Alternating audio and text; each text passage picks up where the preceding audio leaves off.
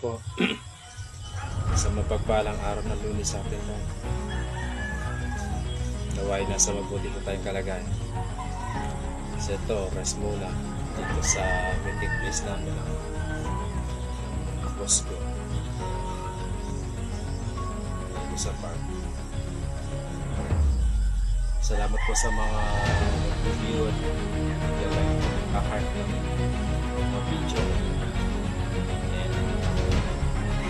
Nagawa ko ng point na mas mas baka comment kayo. Yun lang po talagang pinaka-best na supportahan tayo para